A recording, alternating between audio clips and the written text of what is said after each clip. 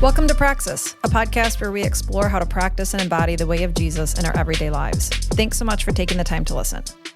So we're in a series right now focused on cultivating a healthy church culture. We've said that every church, every organization for that matter, has a culture, whether they realize it or not. And some church cultures are reasonably healthy, while others are not. And of course, no church is perfect, but we want to do the best with what we have. We want to intentionally close whatever gap exists between being healthy and being where we currently are.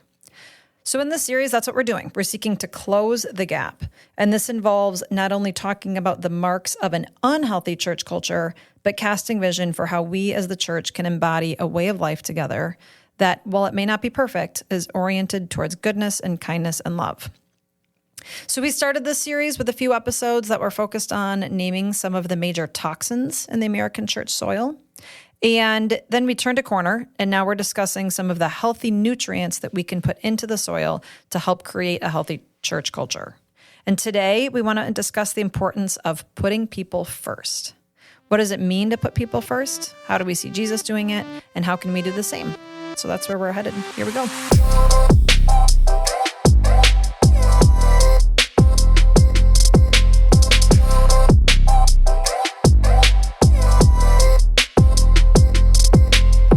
Well, welcome everybody. My name's Josiah. And I'm Mac. I'm Katie.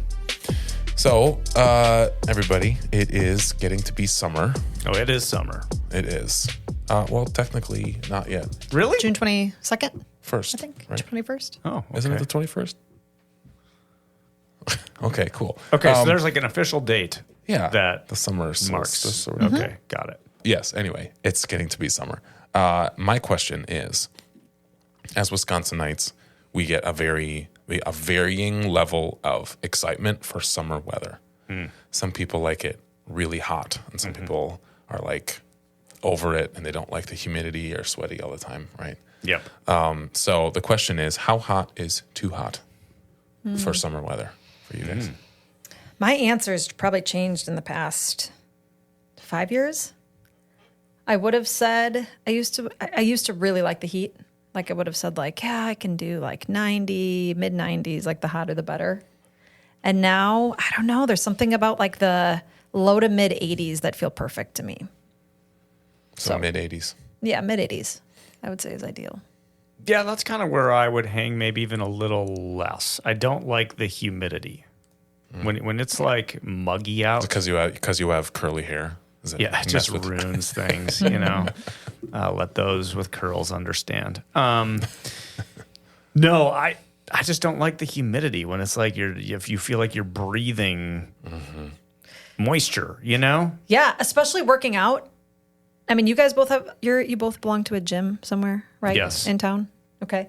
That gym's not air conditioned, right? Correct. Okay. Yeah. So you work out in pretty muggy weather, I'm guessing. Yeah, it can get that way. It's pretty gross. Do you enjoy that? Yeah, you're just soaked by the end of Yeah. it. Yeah. Yeah, I don't enjoy working out in the heat. I like to get up early and go in my basement. Once I'm sticky, it's not fun. That stated, I'm not going to complain, okay? We have some winter days that are like negative degrees. So I would take like a really hot day any day over like the freezing cold. Same. Yeah, but it all depends on what you're doing. Where when you walk outside and either your nostril hairs freeze or your bones start hurting, like it's just like this isn't right. This isn't right. Yeah. Yeah, but I mean, it all depends on what you're doing. If you have nothing going on and you can sit by a fireplace and cozy up with a book, then it could be as cold as you want it to be outside. Both are awful. I hear that people in Florida in the summertime, it's like they do what we do in the winter. They're staying inside. They've got their air conditioning. Like they're not going outside and like sitting on the patio. It's not fun. Yeah. Well, I mean, I guess for me, it could be if I'm outside swimming, it could be as hot as it wants to be. I don't care. Right. So if you have the right attire on, then it can be super hot. I don't care. But just a normal day when you sweat walking from your car to worst. the building. I don't like that. It's not No, fun. thank you. Today's going to get up there, apparently. Speaking of sweating while doing things, we're in this series. We've been here for a while, so it's probably not necessary to provide like a thorough overview of everything we've covered. But big picture, we're talking about how to cultivate a healthy church culture. And we've said at the very least, this is going to involve discussing what's inhibiting a healthy culture, what toxins, the language we're using is toxins, what toxins need to be removed, and then how do we create a healthy culture? What nutrients can we put into the cultural soil? So we've just said, hey, we need to remove things like celebrityism and church growthism, authoritarianism, and dogmatism. We believe these are hurting the church. They're toxins in the soil. By the way, sometimes I get pushback from people when it comes to like naming toxins or things that are wrong in the church. People are like, Mac, why do you have to like say those things? It feels so negative, My answer is that unless we name it, God can't tame it. Little phrase there. We have to be able to name the junk if we're going to get rid of it. You can't take out the trash without like identifying, here's the stuff that we need to throw out. Mm-hmm. You know what I mean? Mm-hmm. And man, it just seems to me that the authors in the New Testament, like Paul did this all the time, right? He would often list sinful behaviors that need to be removed or taken off, and then would describe the godly behaviors that needed to be embodied or put on. I mean, you see him doing this in Ephesians 4, Colossians 3, Galatians. The fruit of the Spirit comes right after a list of things that the deeds of the flesh, right? Mm. So I'm just wanting to normalize, like, this is the work. We need to be able to say, this is what's wrong. We need to put distance between ourselves and that. We need to remove it in order to kind of put the right things into place. So we want to submit that healthy churches with a Tov culture, put people first. They create a people-focused culture that maintains and sustains healthy relationships. Yeah, and in some of our prior episodes in the series, we've started by just naming the power of culture. And I want to bring us back there because I think this is really what we're talking about here. Putting people first is not something that we're going to get up on stage one day and say, hey, we care about people and you should too. We have a value statement. You should read it. And then bam. As if just saying it makes it a reality. Mm-hmm. Right. I think it would be short-sighted to think that. Actually putting people first is going to require building a culture where it's lived out in all of the relationships across our community, and it's really like embedded into the fabric of what we are as a church. And we all have a responsibility for doing that. Yes, we all have a responsibility for doing this. And, you've said in the past, Mac, like tone at the top. Some people in leadership and with more responsibility and authority within a church have an increased responsibility to set that tone, but everybody has a responsibility to lean into it. And we all have the opportunity to shape the culture. Like culture has a shaping influence on us, and we have a shaping influence on the culture. Mm. Does that make sense? Mm-hmm. So one example, that sticks out to me is think about like a workplace. Okay, let's say I'm going to work at a new job. I'm thinking about it. Okay, so I walk in day one and there's like a big poster on the wall that says lists of our values. And one of the values is like honesty and integrity. I'm like, okay, well, that's great. Like I value those things. But then as I start working there, I see that people cut corners, they fudge their timesheets, they do whatever it takes to get ahead. If I stay in that job and in that organizational culture for a period of time, it's likely to shape me because I'm going to see, honesty actually isn't rewarded. It works against me. And the way to get ahead is to operate with dishonesty. And this reverse is also true, right? To be a fudger. to be a sure. It's a new term. And the same thing is this, the opposite is also true.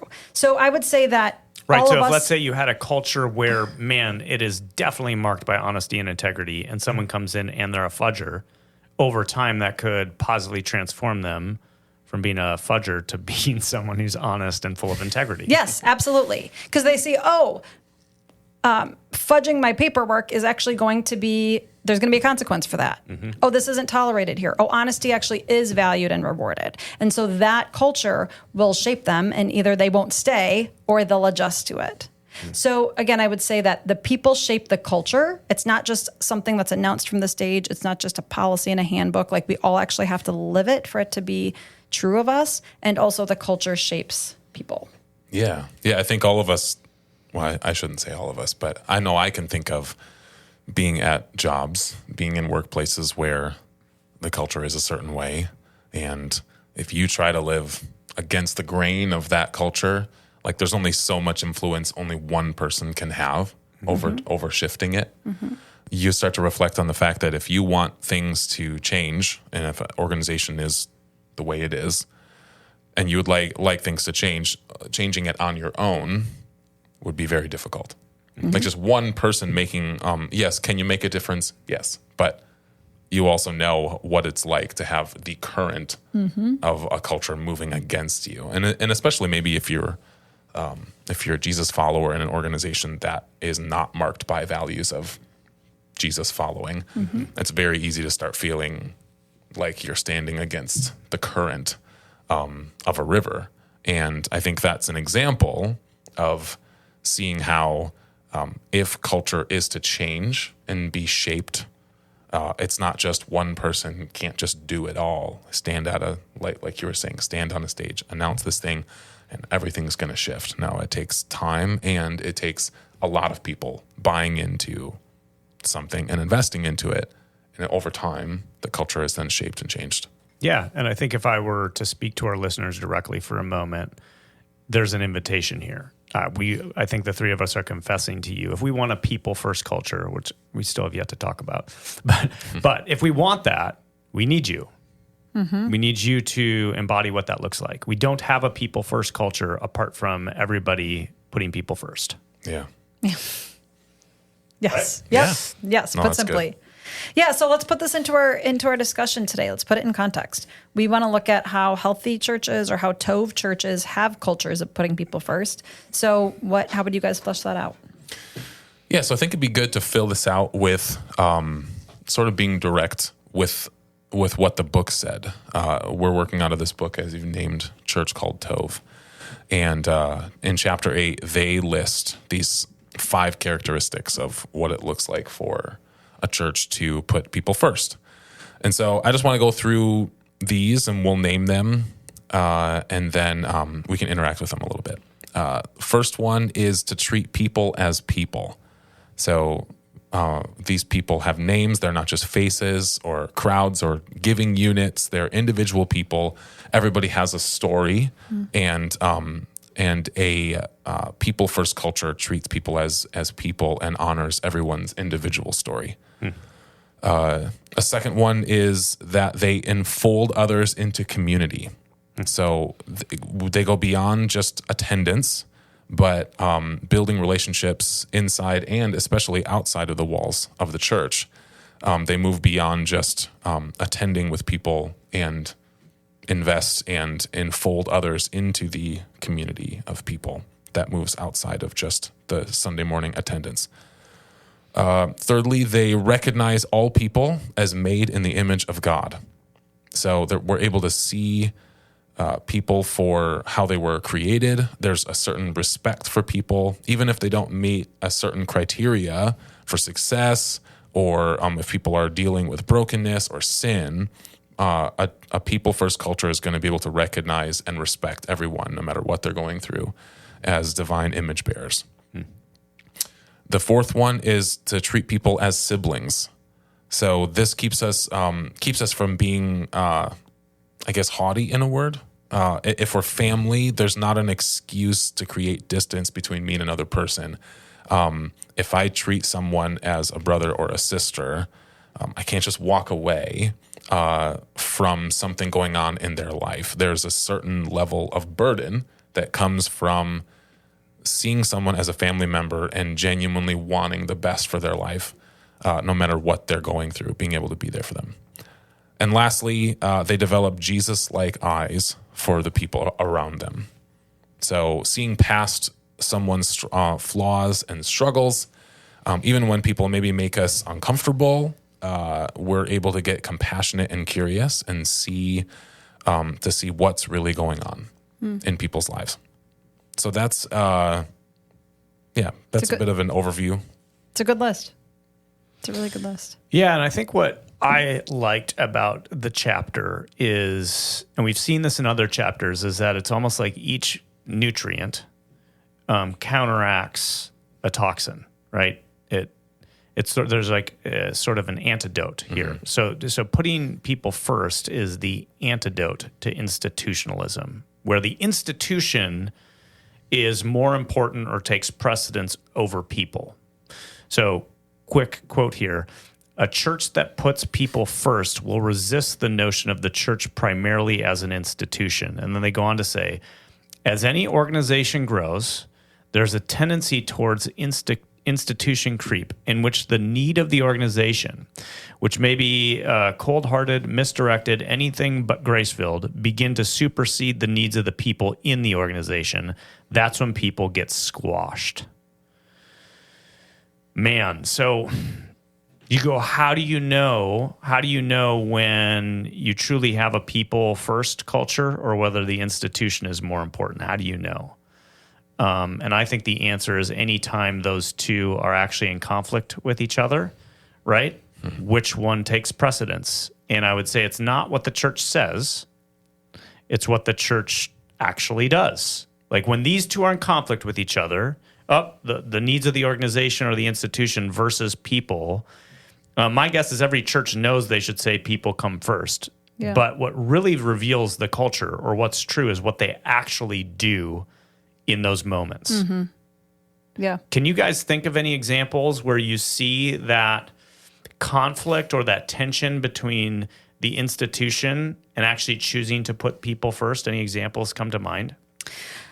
Well, churches are perfect. So you must be talking about other institutions. No, but actually that one thought I had when you were talking is like, well, what if it's a really good institution that wants to do good things and like share the word of God? And I think in some ways we can almost be more easily deceived in a church because the ends that we're pursuing or the outcome that we're pursuing does feel, like a really good thing in a lot of ways. Yep. But even in a church, I think that can happen. It can just maybe look different. Like one example might be, let's say we have like a new initiative or small group curriculum or something that we want to roll out.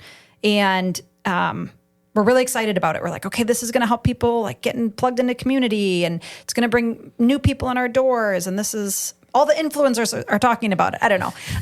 But let's say the rollout doesn't go well. Like someone on staff doesn't do a great job explaining it or implementing it. People don't really buy in. It's not really happening.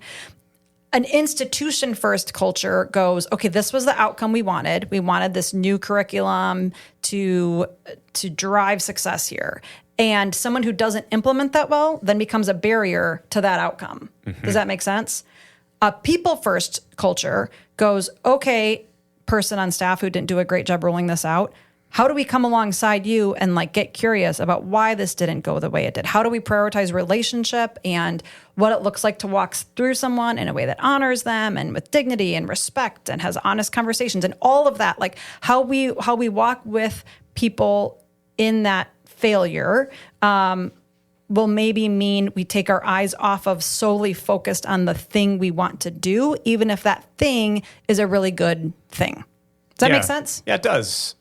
Maybe I would summarize it by saying the development of people, even when they make mistakes, is more important than the outcomes sometimes, right? I thought of one example. I'm working with a client right now that's leaving a church community after experiencing just a ton of relational dysfunction and pain on their staff over an extended period of time. And when this client informed the church, I'm going to be done, I'm moving on, this church does what I see many churches do when a staff member departs. The institution takes priority. And so rather than being honest and transparent with the congregation about the reasons for the departure and even owning some of their shortcomings along the way, which builds trust. When you're honest about your shortcomings, it builds trust. This church is taking control of the narrative, right? They're sort of putting a spin on it, and they're engaging in selective communication that primarily serves to protect the reputation of the church and in a way that devalues and undercuts my client, right? And so the reputation of the church is taking priority over the staff member in that moment, and this often happens. The moment a staff member, to your example, stops performing or begins looking elsewhere or maybe makes a mistake, the person is sort of can be kicked to the curb and slandered rather than cared for and equipped to follow Jesus into their next season. Now, I get it. I mean, I've been present to announce the transition of staff members many times over the years, and I recognize that there's often discretion. You can't just like share every little detail from the stage. That's not fair or appropriate. Because a lot of the details are someone's personal details. That's right. But maybe a starting point would just be to create an environment of collaboration with the person leaving so that you're mutually agreeing to what you want shared rather than one person just deciding without the other person being present. Mm-hmm. You know what I mean? Yeah. Yeah, I think of another example, maybe if we get out of like the staff and leadership level, would be if you're attending a church and when people are missing from the Sunday morning gathering, let's say there's less attendance, is your first focus on, I'm concerned not enough people are coming, or I wish there was more people here, more of the seats were full, or so is it that, or are you noticing the individual people around you who are gone? I thought there was a really interesting story he named in the book where he was saying him and his family always sits in the same spot, which where people do in churches, they have their seats. They almost have name tags on them. But he said that when there's some people around him that are really genuine friends, and anytime he's gone, they're always checking in and letting him know they're praying for them, because he'll assume that he's traveling or something. He said, if I'm ever gone for like 2 weeks, it's like a call and a check-in. And it's not like I think you're backsliding thing. It's like, I'm curious what's going on in your life, or I miss seeing you, or whatever. Yeah. Right. Yeah. So maybe it's, if we're talking about all of us embodying it, not just a church staff and leadership, what would it look like for us to spend less time focusing on, are all the seats full, and more on, hey, who around me that normally sits by me isn't here today? Or I'm curious, I haven't seen so-and-so in a couple of weeks. I should shoot him a text and check in on that. Right. Yeah. Those are ways all of us can, we're not pushing it towards the institution to try to like fix this big problem. We're focusing on individual people around us that we've built relationships with, or hopefully are, in order to focus on that first. Yeah, we're not focused on the success of the institution. We're focused on caring for people well, and maybe to take it out of the church world for just a moment. Again, putting people first is the antidote to institutionalism. My wife works at a hospital. I'm not going to say which one, but she's worked there for a long time. And they have a value similar to this one, something around people first, patient care, blah, blah, blah, blah, blah. It's clear to me and to her, she's worked there for over 15 years, that money is actually what's most important, not caring for people. One example of this is she was working in the ICU for a number of years. And look, the ICU does not make a hospital money. It just doesn't. They're constantly short-staffed.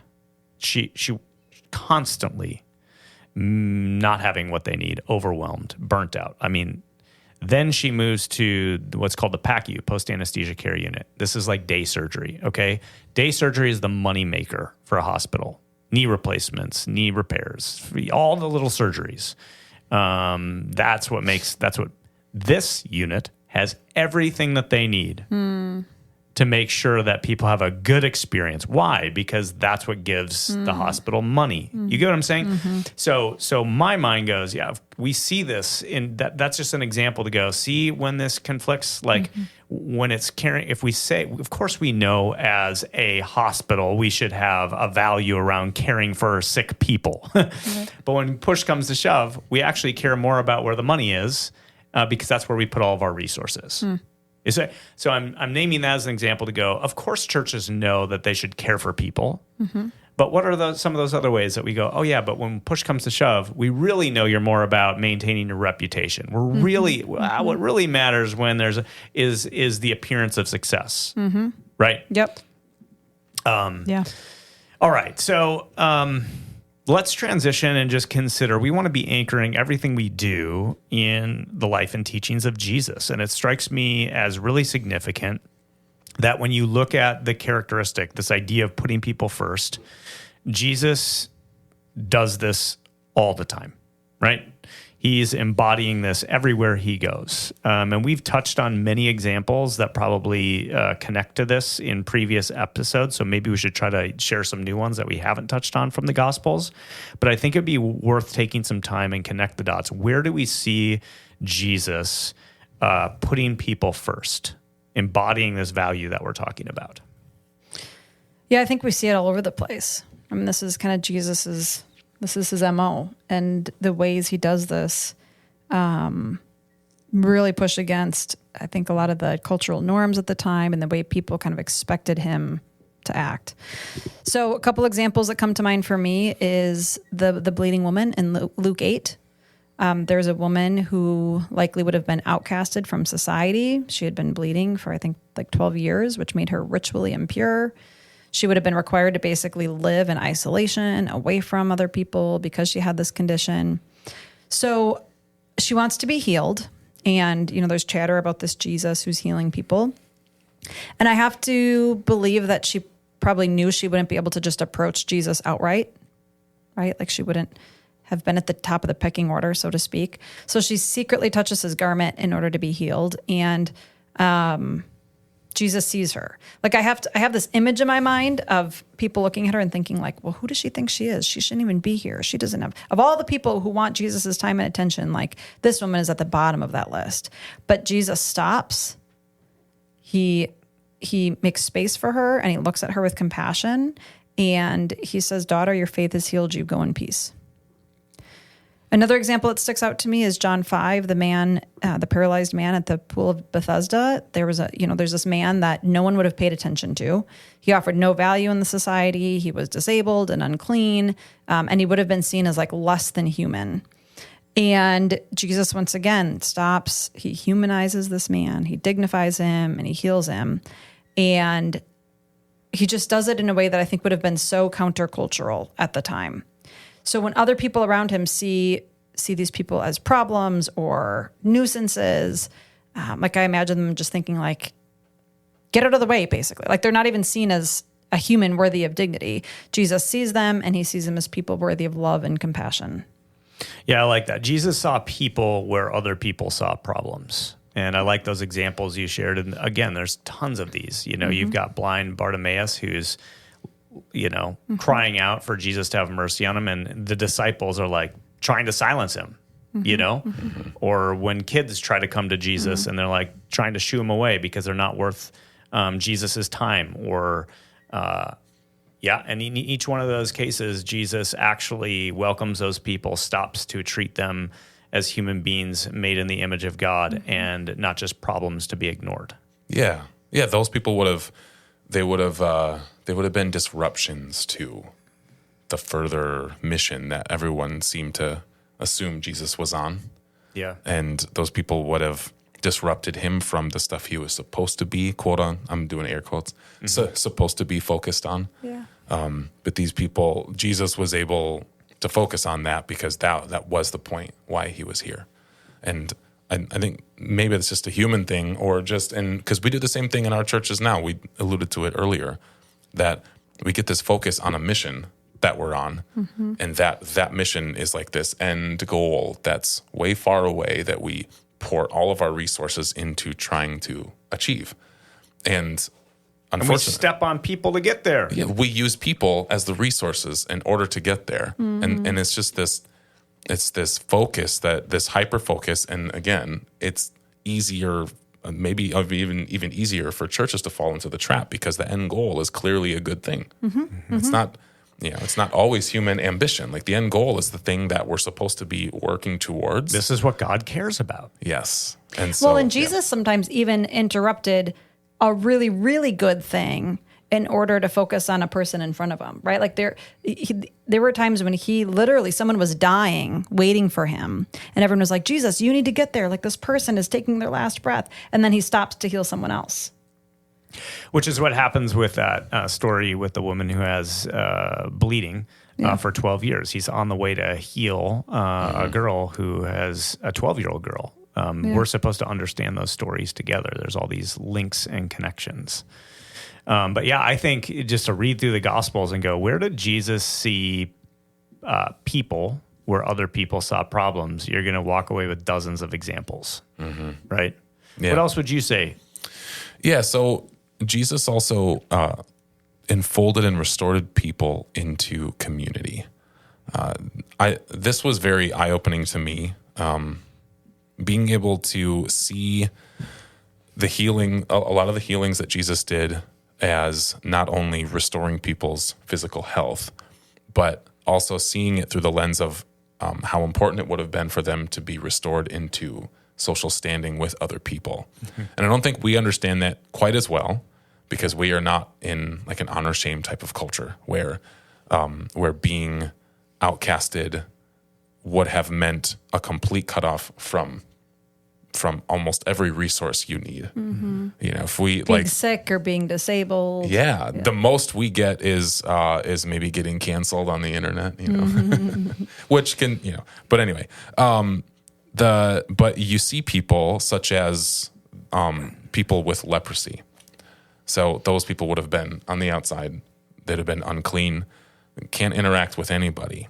Jesus then goes to interact with them, which would have been very much a, whoa, Jesus, heals them, and now they're able to present themselves to in the story that they present themselves to the priest, and they're marked clean, and now they're able to be a part of a society again. You have people who are beggars, disabled people, all these people who would have been very much outcasts, and not just social outcasts, but they would have been cut off from the resources that everybody else would have had in order to live life. Jesus healed people very specifically and restored them into community. And I think that's a good picture for us of what it looks like to be a church as well. That's right. We miss some of this, I think, because we poorly read the Gospels. We're not attuned to first century Judaism. And so what happens is we read the Gospels and we just see a miracle. Whoa, Jesus healed someone's bleeding. But there was ritual impurity at play. I'm reading a book right now called Jesus and the Forces of Death. I can't remember the author's first name. Maybe Matthew Thiessen is his name. But those were all ritual impurities that prevented someone from being able to participate in community and certainly worship at the temple. They would have distorted sacred space. The temple was considered sacred space. And Jesus, what's so interesting about the Gospels is that when it comes to these various forms of ritual purity, Jesus heals it at the very source. He heals the woman of her bleeding so that she's no longer ritually pure. A corpse, for instance, would have been considered a ritual impurity. And every time Jesus encounters a corpse in the Gospels, he raises it, that corpse is raised back to life every time.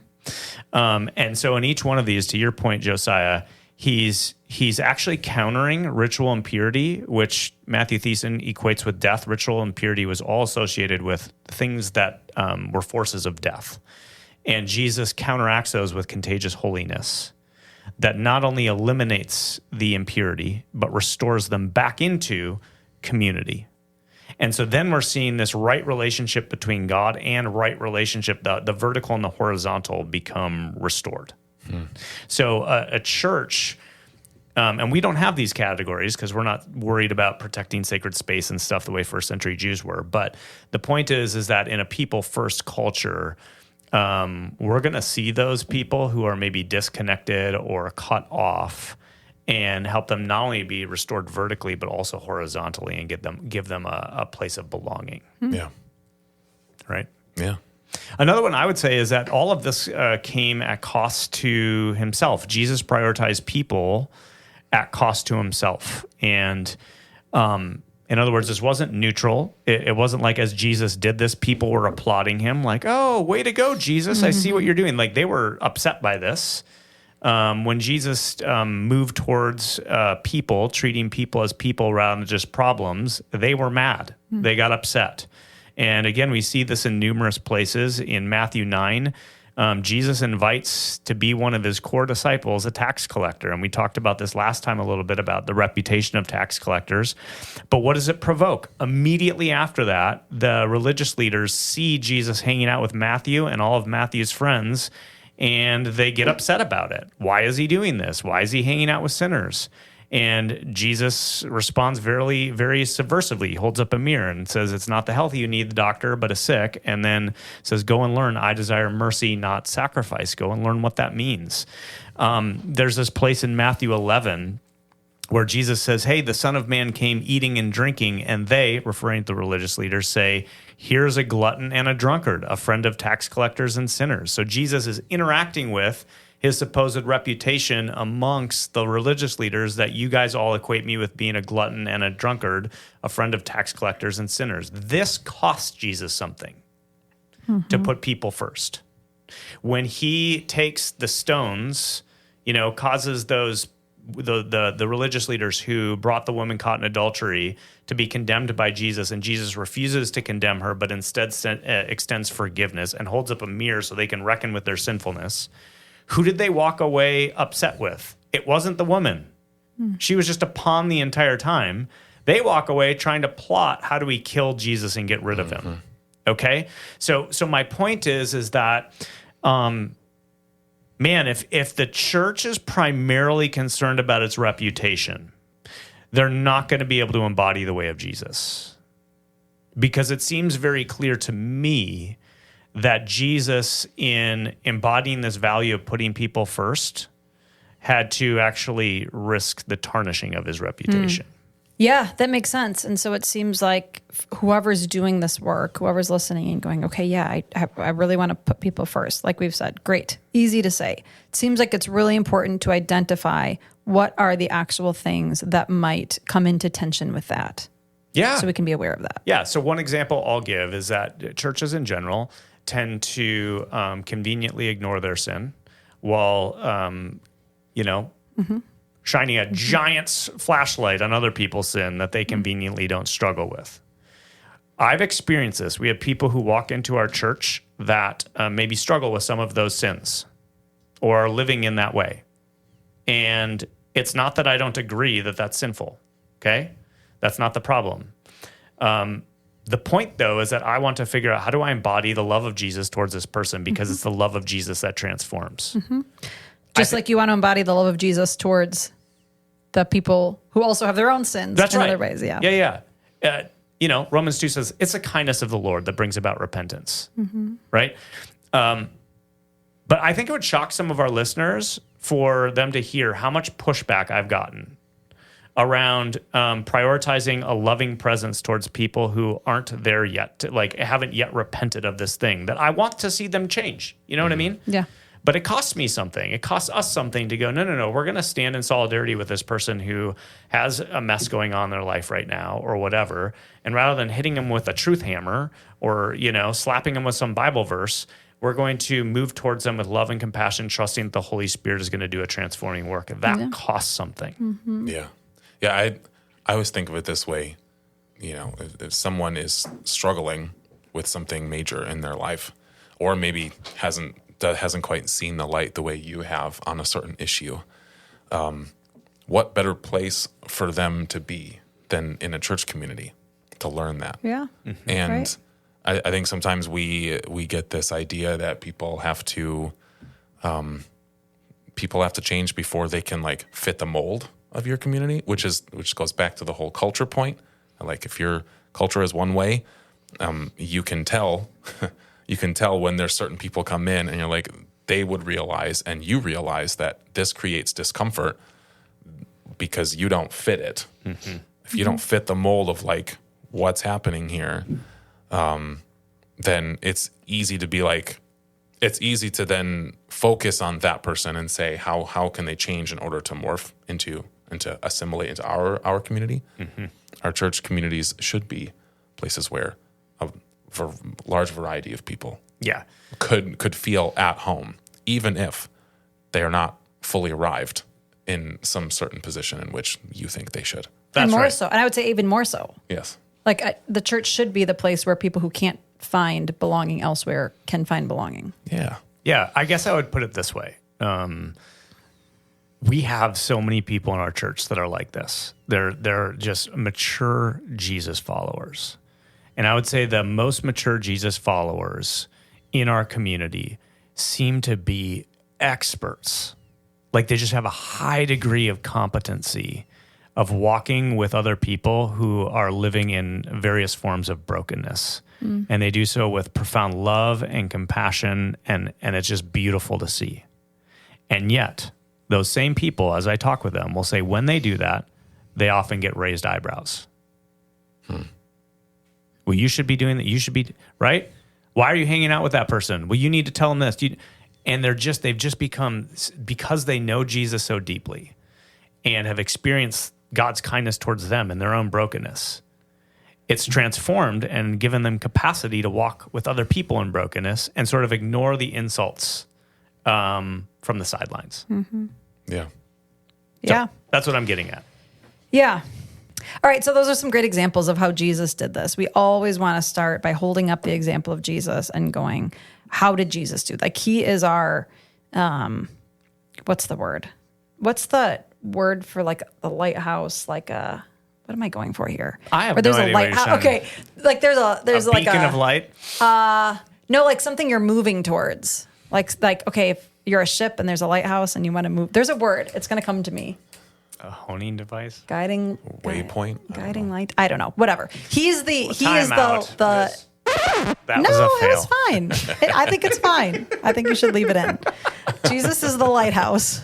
Jesus is a lighthouse, and I'm like a ship. He's the guiding. Jesus is And Mac is the storm the trying guiding to distract star. me. Yeah. Totally. It's a perfect word for Mac. Can we honestly leave this in? Yeah. Or should I redo it? Okay. Mac actually got the right button this time. Yeah. Oh, good. Okay, Usually good he job. finds the wrong sound effect. Yeah, I but- sit next to Adam and randomly push sound effects sometimes. That was good. Let's use this. Jesus is the North Star Okay. that we want to look to and go, that's where we're headed. Like we constantly want to be holding up Jesus as the example and then again seeing what work we have to do to become more like him. But let's switch gears now and ask the question, how do we do this? How can we create a people first culture? Beyond just saying, yes, let's be more like Jesus, what would this actually look like for us to become a people first community? Yeah. Well, first and foremost, staying focused on the goal of making disciples as the primary mode of operating within ministry. The goal is to see people become disciples of Jesus, transformed into his likeness. And I think a myriad of problems, in fact, maybe most of our problems develop when we take our eyes off of that goal and focus instead on the success of our organizations. This, in my opinion, is the antidote to most of the problems we've named in this entire series. That if the focus is discipleship, individually with people, many of these problems become solved. Well, solved may be the wrong word, but They're counteracted. yeah. So when discipleship is the focus, people will inevitably be put first, because discipleship doesn't happen to the masses all at once. It happens individually in people's lives. Right. So if the goal is ultimately the goal becomes the growth and flourishing physically, emotionally, spiritually of the people in your church community, if that's the goal, then people are going to have to be put first in order to achieve it, if that makes sense. Like if the goal changes from getting lots of people in here or having everything perfectly formed within your institution and all of these things, if the goal changes to the growth and flourishing physically, emotionally, and spiritually of the people in your community, then the means becomes people first culture. Yeah. There's that quote, if you focus on growing the church, you may get disciples. You most likely will get consumers. However, if you focus on making disciples, you'll certainly end up with a church. And I think, Josiah, you've drawn attention a few times in this conversation to how we can actually allow the goal to kind of take priority over the means to get there. And I think that's where it gets so tricky, is we can I just know so many churches kind of in that attractional church growth model of ministry where everything's growing, and they think because it's growing, look, God's blessing it, and look, that means we must be making disciples. And in fact, that's not true, right? In fact, that may not be true at all. And so I hear you calling us into when we put our primary focus on making disciples, which inevitably involves this high emphasis on putting people first. Well, that takes care of all that other stuff. That takes care of the institutionalism creep. Yeah. And I think just as a quick disclaimer, I think all of us would love to see our churches grow. Absolutely. Nobody's trying to say that numbers are the problem. Yeah. The problem is when the numbers or the institution is the goal. Becomes the focus. Yes. And so if our goal, we just need to remain steadfast in that and continually reminded. And I even think about us on a church staff. We have to remind ourselves of that all the time. For sure. How quickly how many times in like a church board meeting with the church leadership team there, like how many times are you having to reorient to the goal of discipleship? And it's very easy to get distracted. Absolutely. Absolutely. Maybe one quick example that sticks out in my mind of a time when I feel like this maybe didn't happen. It was a church I used to go to in an earlier stage of life. And I remember this man that came to the church that had an addiction background. Like he struggled with some pretty serious drug addiction. And he started coming to the church. He came to faith and he got sober. And his story was really celebrated. And he was kind of held up as this picture of success, of like, hey, I found Jesus. He was healed. On the website, posters. Yeah, well, not that. No. But people really cared about him and loved him and came alongside him. But then I remember he relapsed. And I remember I just picked up on some like uncertainty as to how to relate to him now that he wasn't, like for lack of a better term, kind of like a salvation project anymore. Like he didn't really fit the narrative that he had been used for, in a sense. And I'm not ascribing bad motives to anyone at this church. I know they cared about him and meaned well, but I just remember there being like this moment where it was like, oh, he's not there anymore. That story doesn't work anymore.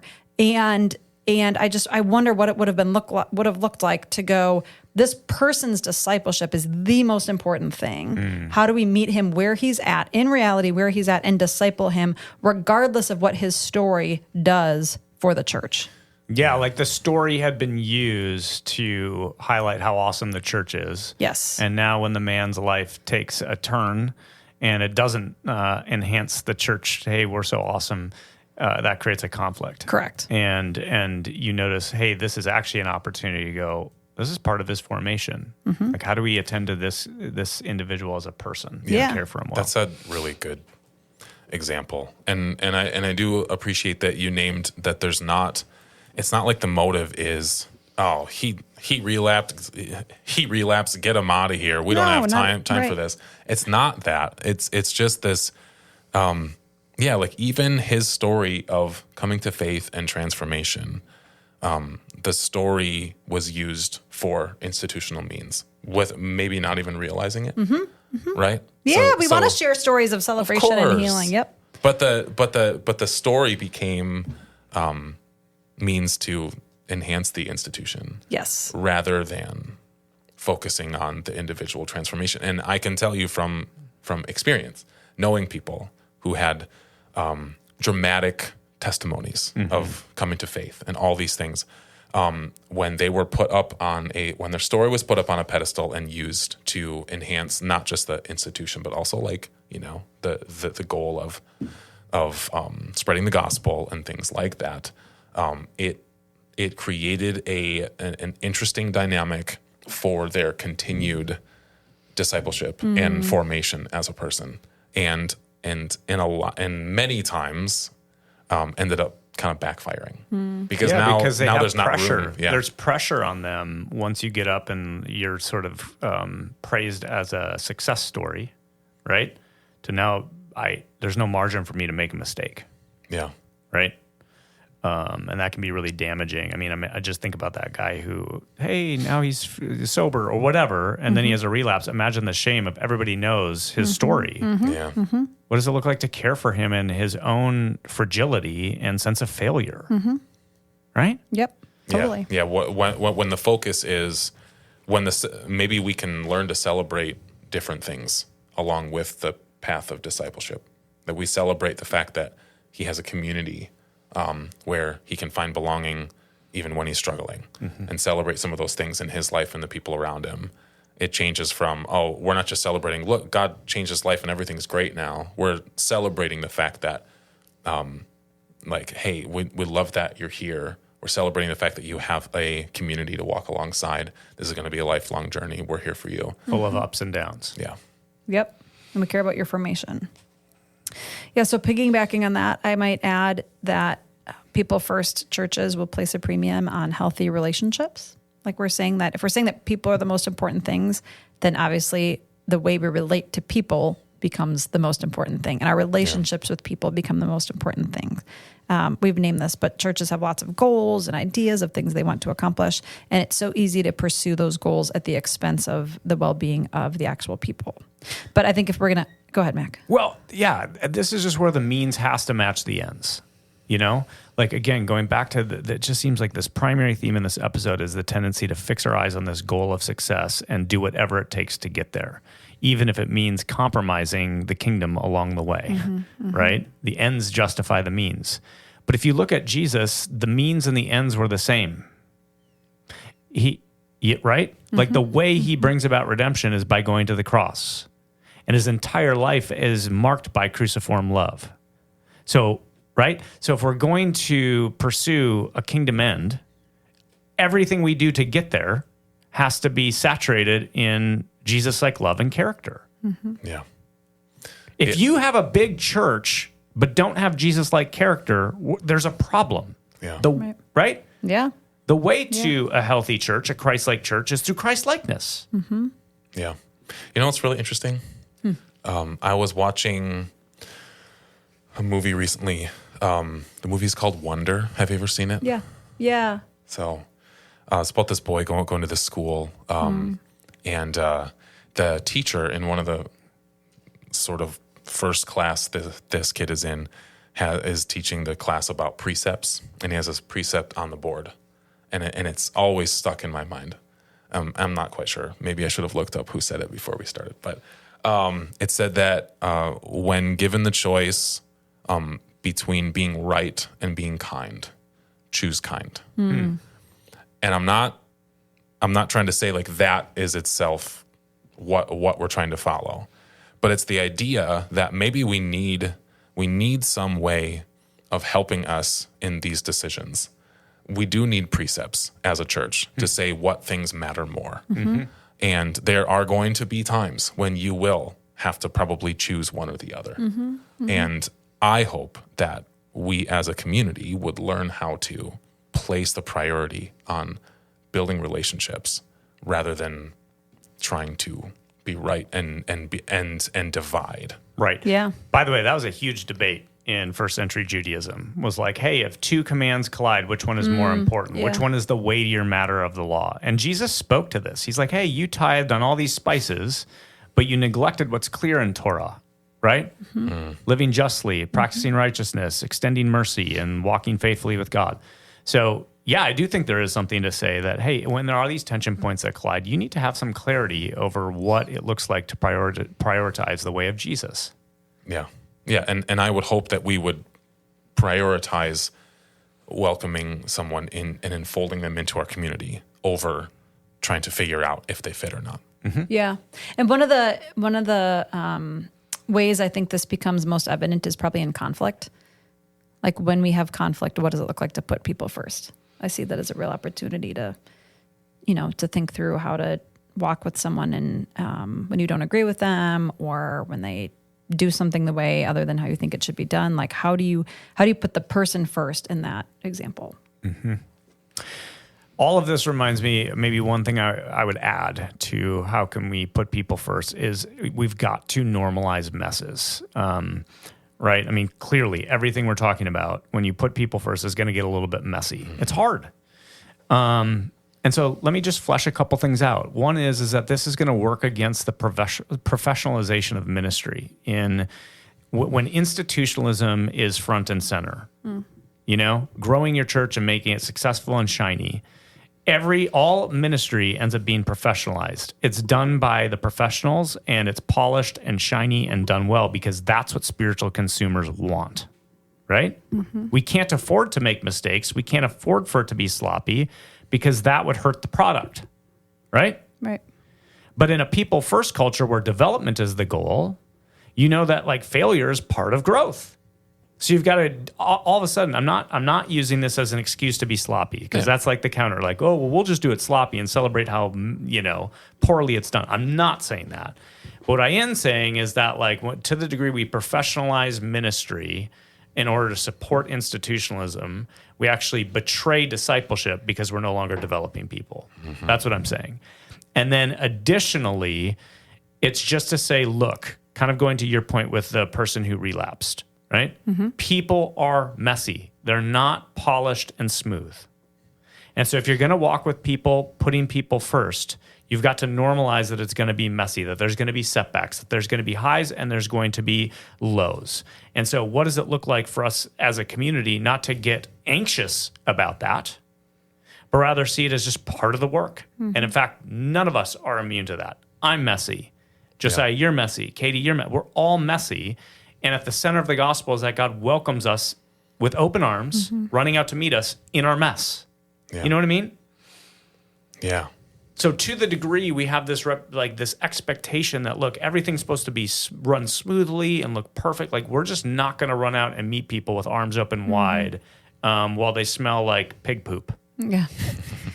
We're not going to embody the heart of the Father. Yeah. Right? Yeah. I think of earlier, if you remember from the book, they named as one of the ways that we put people first is to treat people like family members. Yes. If someone in our community is struggling or dealing with something, when we view them as just another person in the church, it's easy to start having judgment for their behavior, or you start to distance yourself so you're not as proximate. If this person was your sibling, if you use that as a frame, as a frame of reference to how would I treat this person if that was my own sister? Dude, it's a game changer. It would be like, no, I'm going to figure out how to be there. And maybe that would involve saying like, hey, what are you doing? You're messing everything up. Like we got to talk about this. Yeah. And could be met with some challenge. But the whole point is like, if this is family, we move towards each other when there's brokenness and messes. Yep. Yeah, I mean, this is a filter I've challenged people with in contentious issues, more in like private dialogue, but I'll just give you a couple examples. Several years ago, I'm not saying they're gone, racial tensions are gone, but when it was at its peak, right, there was a police shooting, and I was talking to someone who's pretty amped up and kind of like they deserved it. This individual got shot. I said, I don't know, like I was confessing, I don't know, I'm not on the inside of all that happened. But I just wonder if the black man who was shot was your son. How would that reframe the way we're talking about this? Or let's say the conundrum. What do you do when someone breaks into your house and threatens your family? Would you not take out a gun and just shoot them, right? Seems so obvious. You want to protect your family. Of course I want to protect my family. I wonder, like just as a thought experiment, what if the person who broke into your house is your son and he's got some mental illness? Would you just take out a gun and shoot them right away? Like, my guess is it would at least provoke a little bit more of a struggle internally, that wouldn't be as quick of a... You get what I'm saying? So a lot of the dysfunction in our world, and I'm not... Please, listeners, don't hear that as like a side choosing. I'm just saying, what would it look like to begin... Because these are the eyes of Jesus. The last characteristic you mentioned from the book was having the eyes of Jesus. And I'm convinced that Jesus saw these as his beloved sons and daughters. Yeah. Like, I have some deep conviction around this because I think a lot of the brokenness in the world is solved when we start realizing that these are our brothers and sisters. These are our sons and daughters. And it would fundamentally orient it would change our disposition in some of these heated exchanges to move towards each other with love and compassion and a greater imagination, not a greater imagination for what redemptive possibilities exist.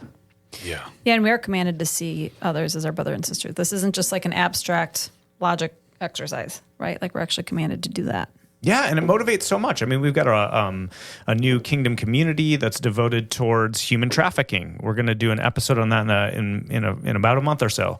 And it's like, yeah, see, that's the driver. What if you saw these victims as your sons and daughters? Man, you might do something about it. Yeah.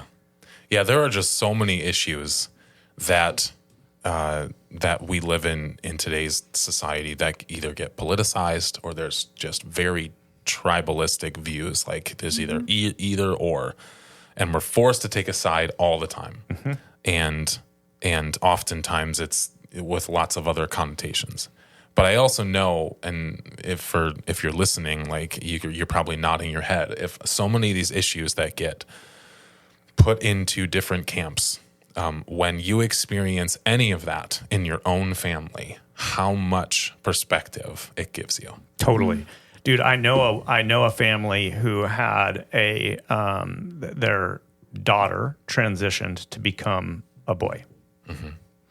And initially their response was nothing but frustration, rejection, right? Conviction around what's biblical or true. And over the course of time, they realize, I don't have to agree with this change, but this is still my child. Yeah. And I'm committed to love my child no matter what they're going through here. Yeah. And I don't have to confuse that with acceptance or agreement. Like, those aren't the same, but I'm going to continue to orient towards my child with Christ-likeness. All right, praxis time. What does it look like for us to, if someone's listening to this and they go, how can I help create this culture that you're talking about? What could they do? Well, one that you touched on right at the beginning, Josiah, was enfolding people into community. Like, just find someone who needs a friend and befriend them. Look for people who maybe are lonely or seem disconnected, or even just new, and just invite them into your community. And this will require taking some relational initiative, I might say. And that can feel uncertain or scary for a lot of people. I think it's easier for us to wait for people to reach out to us, or to think like, well, I don't have a strong community. But what if we sought to reach out to people and to, take initiative to connect and get to know them? And if you have community, invite them in a way that gives them a sense of belonging. Yeah, I want to give a vision moment here. We have new people who come to our church. Like, people are exploring our church almost every weekend. A new family, a new couple, whatever. And it can't just be on the staff or like the greeters, ushers, next step counter. Like, can't just be on the people who have badges on in our foyer to enfold those into community. If you see someone who you don't recognize, I'd encourage you, hey, I don't recognize you. My name's so, introduce yourself.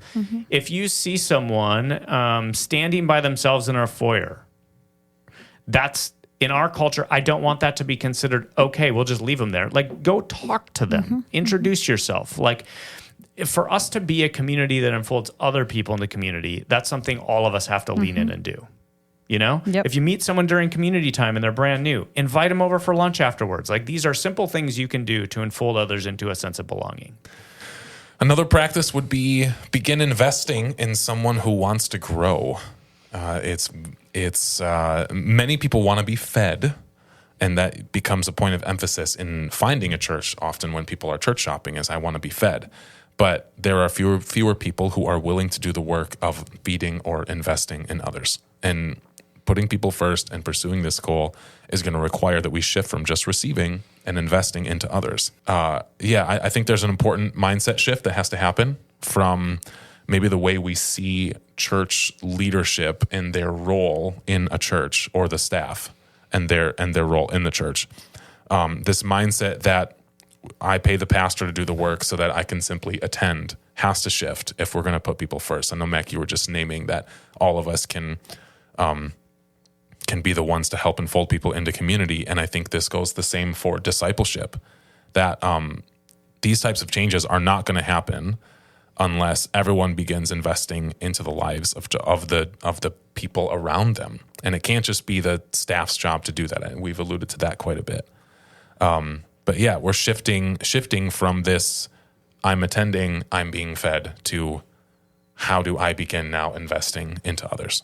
I've got this theory, or maybe it's an observation I've been sitting on, that when people just receive or consume or whatever, when their primary disposition is, hey, I want this church to fill me up and feed me, I'm noticing that people plateau. They might grow for a little while because they're hearing new things they've never heard before, and so on and so forth. And it is giving them a sense of like, it's feeding them. But they tend to plateau, and they'll stay there until they take what they've received and invest it in other people. In other words, there's like a certain degree of growth that happens spiritually that can't happen without investing in other people. Yeah. And I think the healthiest rhythm is this rhythm where you're receiving and then you're giving. You're receiving and then you're giving. And so it becomes this continuous cycle, right? Yeah. The church is supposed to be not just a community of consumers, but a community of investors. Who invest because they've been invested in. That's right. Yeah. Yep. Yeah, I see that too.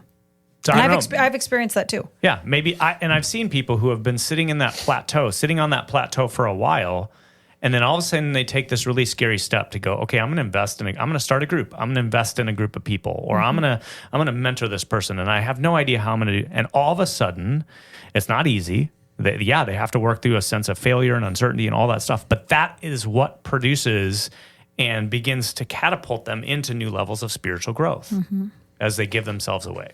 Yeah. Yeah. There's a level of, sometimes this is it's the counteracting of frustration within the church. Like if you're frustrated and you're noticing all the things wrong, the things you would want to change, investing into those areas in which you are frustrated is probably a good answer to that, rather than being, is this church for me? Yeah. And pulling away. Maybe the Holy Spirit's actually giving you eyes to see an area in which does need to be invested in.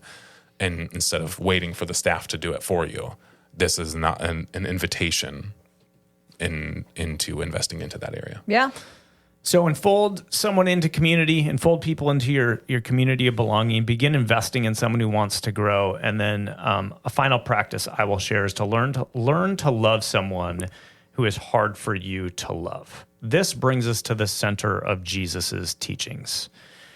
For the religious leaders, their growth was to befriend a tax collector, the way they saw Jesus doing it. Like that would have been transformative for them. If you heard some of the examples we were sharing about family members who had been transformed as they discovered their child was transgender or identified as gay, that might be someone you might want to move towards someone who actually fits that description, trying to put on the lens of Jesus. Let's pretend this is my brother or sister or son or daughter and see what happens in you, right? This is the center of Jesus's teachings, to love those who are hard for us, loving even our enemies. And it doesn't happen without some intentional effort. There was a story shared in the chapter of the book about Fred Rogers, Mr. Rogers. Yes. And man, what a dynamite man. I know there's a documentary. There's multiple. Have you guys watched them? I have not. Oh my gosh. I liked it so much I bought it. Oh my goodness. You can come over. We'll have a movie night. All right. You and Joe's. Yeah, that'd be great. I just, the more I've learned about him, the more respect I have. But he had this practice where he'd get up at 4:30 in the morning to pray. And during his prayer time, he would visualize all the people that he planned on or anticipated encountering that day, and would then, through reliance on the Spirit, go, God, show me what it looks like to love those people well. And I just think, man, what a powerful practice. And especially if you included the people that you have a hard time loving, to each morning choose someone. This person's hard for me to love. Maybe it's your own family member, a child or a spouse or whatever, but like to go spend some time in Jesus's presence going, God, give me an imagination for what it looks like for me to be present in love today, and then go do it. Yeah. Right?